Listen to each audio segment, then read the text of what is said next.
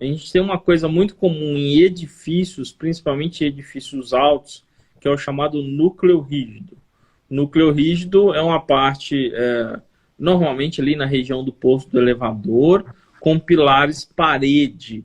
O que é um pilar parede? Pilar parede é quando o comprimento de um lado do pilar é mais que 5 vezes o outro. Então eu tenho uma...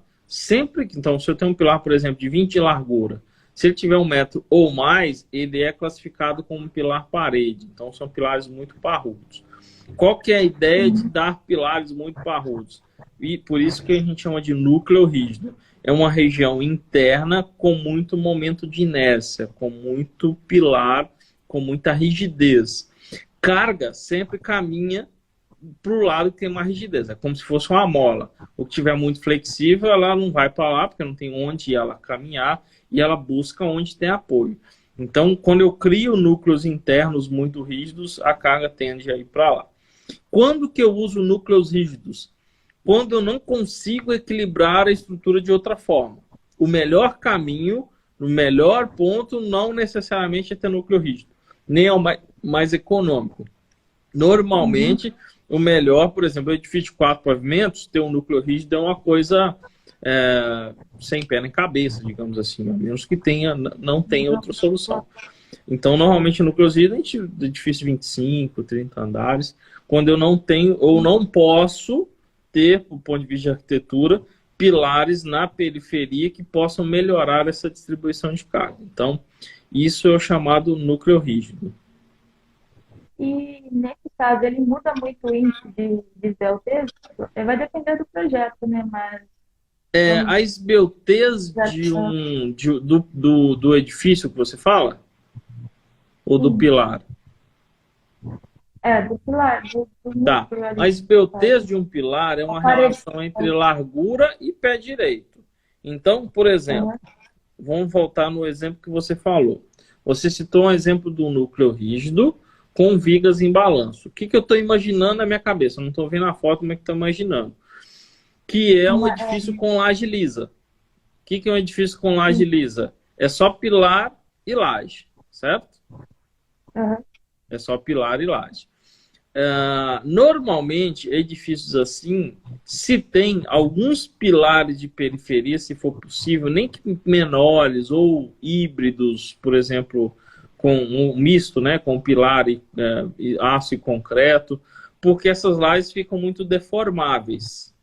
Quando isso não for realmente possível, normalmente essa laje vai ter que ser protegida para conseguir vencer um balanço, por exemplo, maior, um balanço mais de 2 metros, por exemplo, no concreto armado, com laje lisa, maciça, é algo realmente muito complicado de se vencer.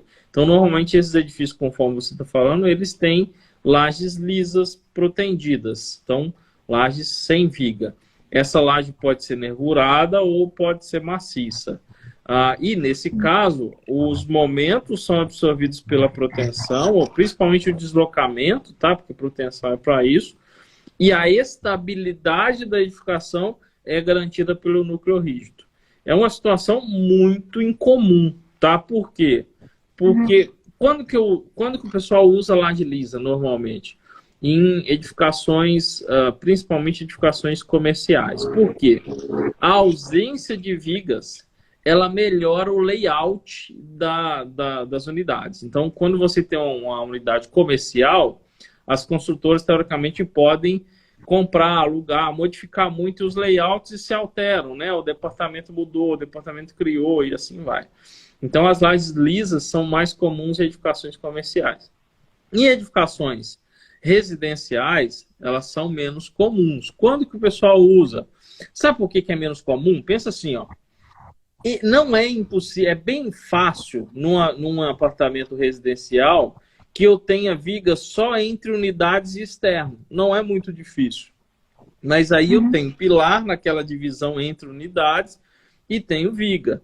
Então, a menos que seja um apartamento muito gigante, não vai contribuir tanto, a menos que você queira aquele efeito. Outra coisa, para que laje lisa seja um sistema interessante, a construtora tem que adaptar também as fachadas. Porque cá entre nós, se Sim.